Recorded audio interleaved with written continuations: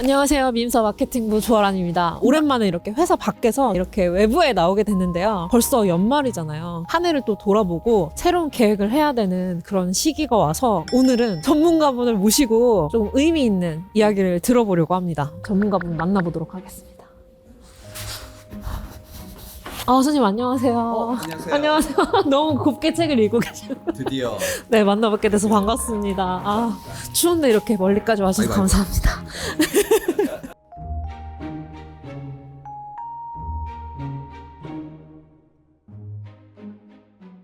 네, 안녕하세요 작가님. 먼저 간단하게 소개 부탁드릴게요. 안녕하십니까.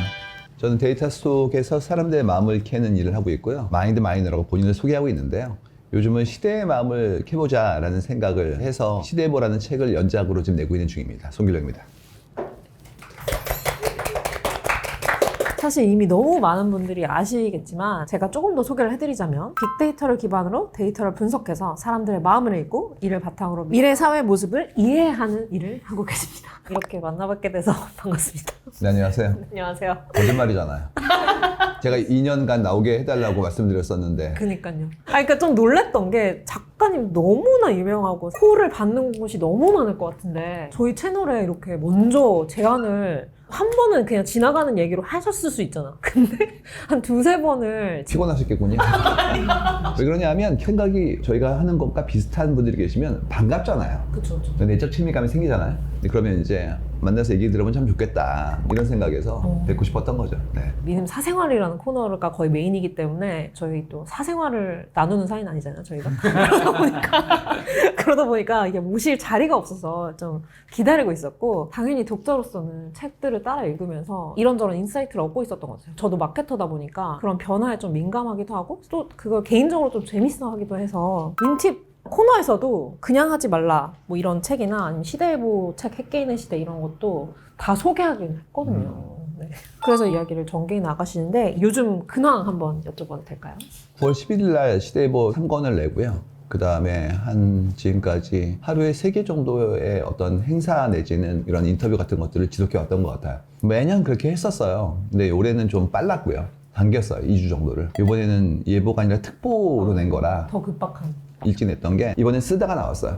이유가 너무나 명징했고 너무나 빨랐고 너무나 대규모였어요. 그래가지고 이건 빨리 하려겠구나 싶어서 이번엔 특보로 낸 거 이게 된 겁니다. 그래서 이게 핵개인, 호명사회, 그리고 최근의 경량 문명까지 이것들이 완전히 뭔가 따로 있는 것들이라기보다 이렇게 중첩되면서 이야기를 전개해 나가시는데 이 얘기를 조금 더 네. 자세하게 들려주시면 좋겠습니다. 많은 분들이 기획을 처음에 어떻게 했냐고 질문 주시고 그 다음에 심지어 어떤 분은 내년도 키워드를 빨리 내놓으라고 저도 좀 물어볼 이렇게 뻔했어요. 말씀하셨는데 그게 기획한 게 아니에요. 심지어 첫 해에는 시대일보라는 제목도 안 지었었어요. 2020년도부터 한 4년 정도 디지털 토정기획이라고 연초에 하는 기획을 내본 적이 있었어요. 근데 그 내용들이 이제 새롭게 새해에는 어떤 일을 해야 될까요? 뭐 이런 내용이었어요. 근데 출발은 사실은 그걸 원하셨는데 저는 그냥 그런 게 어딨냐. 지금이 있는 거지. 그래서 연말쯤에 한번 돌아보자라는 계획을 했었거든요. 근데 이게 이제 쌓이니까 어느 순간인가 많은 분들이 보시면 이걸 책으로 좀 내볼까? 해가지고 다 쓴 다음에 이 얘기는 무슨 얘기일까? 시대의 변화를 보고 있는 건데 예측은 너무나 오만한 얘기고 또 예측은 할 수도 없고 조심스럽게 예보라고 조어를 만들어서 드린 거였어요. 시대 변화를 좀 보고 싶다라는 거는 전제로 놓고 매해마다 새롭게 고민하고 궁리한 결과들을 책으로 내는 방식이에요. 근데 첫 번째 예보는 뭐로 할까 하다가 핵가족에서 핵을 뽑아내고 그 다음에 개인은 붙여가지고 뉴클리어 인디비주얼이라는 키워드 핵개인을 만든 거예요. 그러니까 핵개인은 자기 삶의 주체적 의사결정권을 가지고 있는 사람들이에요. 개인의 독자적 자기 선언에 대한 부분이었어요. 두 번째는 이제 핵개인이 늘고 있는 게 확실히 보였고 이분들이 기존에 있는 협력 방식에 의문을 제기하는 게 보인 거예요. 그러면 대등한 협력이 뜨겠구나라는 걸 이제 확인한 다음에 엄청 봤죠. 그랬더니 이분들의 연대가 예뻐지고 있더라고요. 그래서 서로 간에 존중하는 그런 사회를 말씀드렸는데 예를 들어서 부장님이라고 부르잖아요. 저는 영원히 부장. 근데 그거는 믿음사 안의 얘기지. 학교나 아닌데도 불구하고 그렇게 부른다는 맞아. 거죠. 알고 봤더니 그게 다른 이름이 없었기 때문이었다는 맞아, 거예요. 맞아. 그래서 재밌는 건 요즘 세대 분들은 서로 간에 그냥 아라님 이렇게 부르잖아요. 아라님. 네, 그게 일상적인 표현이 된 게 조직으로부터 탈피된 개인에 대한 것들은 중시하기 시작한 거예요. 그래서 그걸 보면서 서로 이름 부르는구나. 그래서 호명사회라는 단어를 도출했고요. 세 번째는 이렇게 만들어진 핵개인들의 호명이 연대를 통해서 조직과의 관계성을 재정의하도록 요구하기 시작한 거예요. 다 했는데 이분은 왜 계시지? 그럼 우리 구조가 왜 이렇게 복잡하지에 대한 것들을 각성을 한 거고 또 마침 그때 AI가 나오니까 조직은 어떤 생각했냐면 이분들이 다 필요한가? 이런 생각을 하기 시작한 거죠. 그래서 동시에 양쪽에서 헤어질 결심을 한 거예요. 그러면 경량화 될 것 같다. 제 생각에는 이게 특보가 올해 처음으로 특보를 내리셨다고 했는데 왠지 앞으로 그냥 계속 특보만 있을 것 같은 느낌이 들어요. 솔직히 말해서. 그렇죠. 왜냐면 큰 변화가 생겼으니까 그 다음에 따라 나오는 연결된 변화가 있으니 업으로 따진다면 각자가 다 굉장한 압력을 받게 될 거예요. 그래서 완전 최근에 엄청 이슈가 됐던 게 민음사같이 대형 출판사에서도 연에 뭐 100몇 권, 200몇 권 내는데 요번에 AI로 출판하는 하루에 12권. 하루에 12권씩 내고 그래서 1년에 막 9,000권 냈다. 그거 보면서 진짜 코앞에 닥쳤구나. 근데 이제 소비자가 판정하는 거죠. 그렇게 많이 내셨는데 정말 주옥 같은 글이었다. 그러면 정말 대단한 일을 벌이신 거고 그렇지가 않고 봤는데 사람들이 그만큼의 밀도를 못 느끼고 있다면 그때는 이제 해프닝 같은 거죠. 그러니까 이거는 그냥 늘 벌어지는 일이다. 처음에 엄청 많이 나왔다가 결국에는 판정은 읽어주시는 분, 보는 분들이 하는 거다라고는 좀 위안이 되겠죠. 맞아. 그렇지만 지금은 해프닝이지만 똑같이 밀도가 높지 않은 일을 해왔던 곳이 계시다면 그쵸. 거기는 이제 큰일 난 거고 그렇지가 않고 제일 나쁜 거는 독자분들이 책이라는 내질에 대해서 의심을 갖는 거예요. 지금까지는 이렇게 묶여있으면 참 좋은 글이었는데 맞아. 이제 아닐 수도 있구나 이러면 신뢰가 깨지니까 좀 두려운 생각은 들죠. 그렇구나. 아무튼 이렇게 정리해서 들으니까 데이터 분석으로 사람을 마음을 캐낸다는 이야기가 조금씩 더 와닿게 되는 것 같아요. 근데 이런 분석들이 사실 다양한 분야가 있을 텐데 그 중에서도 왜 시대를 분석하게 되셨는지 궁금합니다. 전공은 전산학을 전공했는데 저희 어머니가 입시, 응시 하는 날 따라오셨어요. 이유가 기계공학과를 쓰라고. 아 진짜? 네, 딴거 제가 할까봐? 전산학과를 냈죠. 왜 그러냐면 그때 어머니 생각은 한국이 자동차 산업이 잘 되니까 그렇게 살아라고 하셨던 것 같아요. 어쩌면 자동차 회사에 일하고 있었을지도 몰라요. 그러겠네요. 근데 그때 제가 미래가 이렇게 펼쳐질 것 같다는 생각을 했었어요. 막연히 알았던 것 같아요. 이제 세상이 바뀐다는 거를. 그래서 딴 거 몰라도 전공은 제가 고를게요라고 주장해가지고 그때 넣었던 기억이 있거든요. 어쨌든 처음에는 전공이 전산이었기 때문에 정보 분석 처리에 대한 부분들의 일을 하다가 예를 들어서 물건을 산 다음에 마음에 안 들어요 이런 게 나오니까 그 안에 들어있는 패턴을 찾는 일을 했던 거예요. 근데 그게 무슨 소용이 있지라는 생각이 든 거예요. 물건을 안 살 수도 있는데 그래서 컨슈머가 아닐 수도 있잖아. 그랬더니 뭐라는 줄 아세요? 그분들은 잠재 컨슈머라고 잠재 소비자. 그래서 이 방식은 사악하다. 사람을 물건을 사는 대상으로 격화시킬 수 있기 때문에 그러지 말고 사람들의 마음을 보자라고 약간 좀 더 키웠던 것 같아요. 그때가 이제 저의 의사결정의 터닝 포인트였던 것 같아요. 그 다음부터는 그냥 사람들의 일상을 바라보고 그 안에 있는 사람들의 생각 변화를 관찰하고 그 일을 꽤 오래 했어요. 처음에는 사람들이 남긴 글을 보는 일이었어요. 그걸 보면서 사람들이 이렇게 살고 있구나라는 걸 관찰하게 된 거예요. 이분들이 어떤 맥락에서 이런 행동과 감정을 느낄까를 알게 된 거죠. 그 다음에 알고 싶었던 건 뭐였냐면 왜 그랬을까였어요. 왜 우리는 회식을 했을까? 그것도 금요일날 밤에. 요즘은 목요일 낮에 했죠. 그 변화를 보니까 너무 신기한 거예요. 그래서 그럼 그 변천을 좀 보고 싶다는 생각에 시대의 마음이라는 것들로 확장한 거였어요. 처음에 이제 개인의 마음, 집단의 마음이었는데 변천까지 보고 났더니 이제 시대의 마음이 보이기 시작한 거예요. 그래서 그 방향성으로부터 조심스럽게 미래를 좀 볼 수 있지 않을까라는 희망을 품게 된 거죠. 그러면은 어떤 과정을 거쳤는지 살짝 얘기를 해주셨는데 작가님 같은 경우는 마인드 마이너라는 새로운 직업으로 자신을 그냥 포지셔닝 딱 하셨는데 이 과정이 사실은 혼만했을 것 같거든요. 무모했죠. 무모했죠. 그러니까 직업을 만든다라는 생각을 한 게 아니라 그냥 나는 누구인가에 대한 어떤 생각을 했던 것 같아요. 그리고 이제 낯간지럽게도 나는 누굽니다라는 선포를 한 건데 왜 그랬냐 하면 없던 일이었기 때문이에요. 또 한 가지 뭐냐면 세상에서 분류가 되면 경쟁해야 돼요. 그럼 무한 경쟁 속에서 결국에는 최저가로 움직인단 말이에요. 그럼 거기에는 다른 가치들이 전부 다 함몰되는 일이 생기기 때문에 그럼 어느 순간인가 내가 그의 기준에 의해서 평가를 당해야 되는 입장이 되는 거예요. 늘 억울하고. 그래서 그러지 말고 각자가 원하는 걸 해보면 어떨까에 대한 생각이 있어가지고 제가 하는 일을 마인드 마이너라고 정의한 다음에 그걸 주장한 거예요. 재밌는 건 처음에는 굉장히 많은 분들이 냉소적으로 보셨어요. 이게 뭐야 이게 이렇게 얘기하셨단 말이죠. 제가 중앙일보에서 기회를 주셔가지고 10년째 기고를 하고 있는데 어느 회사에 뭐 이런 이시죠? 그래서 아니요 저 마인드 마이너라고 그랬더니 뭐냐면 그게 뭐야 그게 3년 지나니까 불러주시더라고요. 근데 중요한 건 뭐냐면 자기 발견을 해서 용기 있게 선언하고 그 다음에 우기자 우기자. 꽤 오래 우기면 어느 순간인가 불러주신다라는 걸 알게 된 겁니다. 그러면은 이제 빠질 수 없는 질문인데 다양한 인생의 경로, 새로운 결정들을 내리실 때 특별히 도움이 됐던 책들, 콘텐츠가 있을까요? 일단 스스로가 핵개인으로 서게 된 데는 제일 도움이 됐던 책은 시대예보 1권이에요. 핵개인의 시대. 왜냐하면 이게 책을 다 써고 제목을 마지막에 지었단 말이에요. 책이 나오면 실물을 받을 때가 제일 좀 감격이거든요. 그렇죠. 받아가지고 이제 읽어본 거죠. 시대예보. 제목을 잘 지었군. 그다음에 첫 번째 핵개인의 시대. 아, 핵개인이라는 단어가 가슴에 확 온 거죠. 그다음에 스스로 자문해 본 게 나는 핵개인인가라는 생각이 든 거예요. 그래서 그날 회사를 관뒀어요. 핵개인이 아니라면 내가 쓴 책에 자가당착에 빠지는 일이 생긴다는 걸 알게 된 거죠. 맞아. 그날이 제 인생에서 이제 작가라는 스스로의 뭔가를 해나가는 사람으로 자리매김 첫날이거든요. 그래서 제가 독자분들에게도 좀 권해드리는 게 자기 생각이 이렇게 전개를 통해서 설명될 수 있을 만큼 한번 글을 써보시고요. 글을 쓴 다음에 읽어보시면 의사결정할 때 굉장히 나의 생각에 흔들림이 없어요. 왜냐면 내가 했던 일에 설득됐기 때문에 주저함이 없습니다. 그리고 근데 그거는 이제 최근 일이었고 네. 그 과정상에서는 굉장히 오랫동안 많은 선생님들한테 빚을 많이 졌어요. 저희가 하는 일이 사람들이 남긴 글을 보는 거죠. 거기에 일상이 들어있어요. 그럼 이제 일상적인 그의 생각의 얼개를 알고 싶으면 심리학 전공자들, 인지 쪽의 분들도 좀 뵈야 되고, 그리고 그 안에 들어있는 내재적인 형태의 어떤 금기 내지는 거기에 따르는 문화적인 형태의 어떤 결합, 합의에 대한 부분을 보려고 그러면 진화 심리학도 좀 있어야 돼요. 그래가지고 그 다음에 우리들 사이의 상호관계에 대한 부분들을 바라보면 사회학으로 좀 더 확장돼가지고 그런 책도 좀 읽어야 돼요. 그때마다 그쪽에서 공부하시는 선생님들에게 여쭤보고 그 다음에 책도 읽고 이런 작업들을 했었거든요.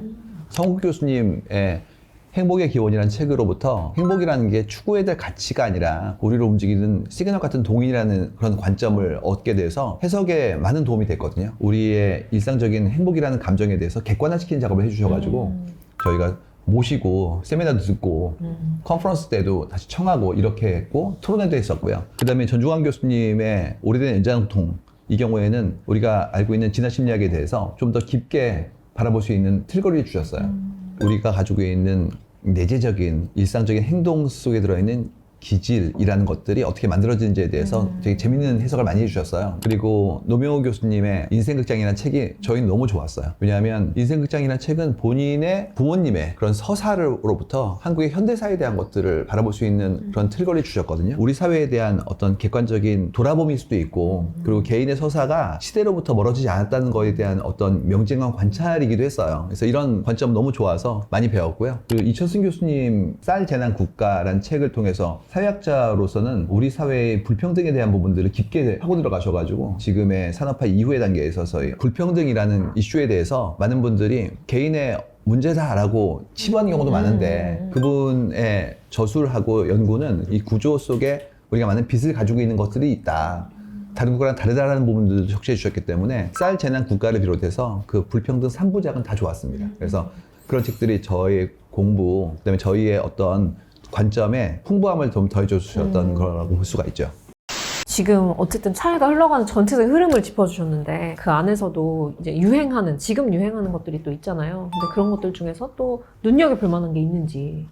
지금 오프라인이 다시 활성화되고 있는 게 너무 명확히 보여서 우리한테는 굉장히 큰 몇 가지 단어들이 있잖아요. 회사라는 단어도 있고 출근이라는 단어도 있고 운동도 엄청 회자되는 단어예요. 근데 한 3, 4년 전부터 운동이 회사보다 커졌어요. 그래서 뭐 크루부터 함께 움직이는 어떤 새로운 액티비티들이 다 뜨고 있는 거예요. OOTD라고 그래가지고 오늘 출근복 같은 걸 했었는데 지금은 고프코룩 같은 게 막 올라오는 거예요. 회사는 이제 예전보다 내 삶에 있어서의 의미를 좀 적게 가져가는 것 같고 내 스스로 나를 가꾸고 그 다음에 만들어 나가는 지탱하는 힘이 더 필요한 상태로 가지 않을까에 대한 것들을 추론할 수 있어요. 근데 진짜 예전보다 나만의 일을 해야 된다. 그런 얘기들이 보통은 이제 은퇴 이후에 시작됐는데 젊은 친구들이 다 내일을 찾아야 된다. 내일을 찾아야 된다. 이런 메시지가 엄청 많아지니까 약간의 기성인 저는 그걸 보면서 이런 생각을 했던 것 같아요. 다 그렇게 자기 일만 하면 손은 누가 기느냐. 정확히 부장님의 멘트예요 이게. 그러니까 항상 그 생각을 했던 부장님들이 거야. 뭐라 얘기하시면 회사 걱정하시고요. 그러니까. 그 다음에 나라 걱정하시고요. 그러니까 항상 그러세요. 손이 없습니다. 그때는 어땠었냐면 70 정도 살면 꽤 잘 살았던 시절. 내 생애는 짧고 기업은 좀 천천히 변화했으니까 그야말로 종신고용이라는 말이 막 뭐 있었어. 사방에서 나왔었던 네. 그런 시절이니까 당연히 여기가 나의 목적지가 되는 거예요. 근데 지금 그렇지가 않고 앞으로 현재 여기서 함께 일하고 계시는 이 구성원분들은 100년간 죽지 않아요. 조직보다 내가 오래 가는구나라는 거를 봐버린 거예요. 그렇죠. 그럼 이제 준비를 해야 되는 상황인 걸 아시게 된 거죠. 그렇죠. 그래서 사람들이 예전처럼 조직 안에서의 어떤 활동만 하는 게 아니라 서울 국제 도서 전시회도 가고 불교 박람회도 가보고 뜨개질도 함께하고 이런 식의 새로운 수평적 연대를 만들어 나가는 것도 굉장히 흥미로운 그런 발견이라고 볼 수가 있죠. 다들 핵갱이 되기 위해서 혼자 시작한 오래 게 산다. 아닐까. 예, 혼자 오래 산다. 이제 이 부분이에요. 그러면은 저는 사실 유행하는 거 한번 해봐야 이게 직성이 풀리는 스타일이어서 이것저것 좀 부딪혀보고 왜 이게 유행하는지 경험해보고 아 이렇기 때문에 유행하는구나 아니면 아 이건 그렇게 오래 갈 것 같지 않다 이런 걸 좀 경험해보고 체득을 하는 스타일인데 작가님은 어떤? 일단 저희는 간접 경험을 워낙 많이 할 수밖에 없는 그런 직업이잖아요. 그렇죠. 그래서 최대한 많이 보는데 하지만 그렇게 해서 봤을 때도 그분들의 마음을 다 이해할 수 없으니까 해보려고 노력하는 건 똑같이 해요. 다른 이야기도 가보고 최근에 하이록스가 서울에 열렸는데 거기도 한번 가보기도 하고 그 다음에 그 일을 해보시는 분을 직접 만나서 인터뷰를 해요.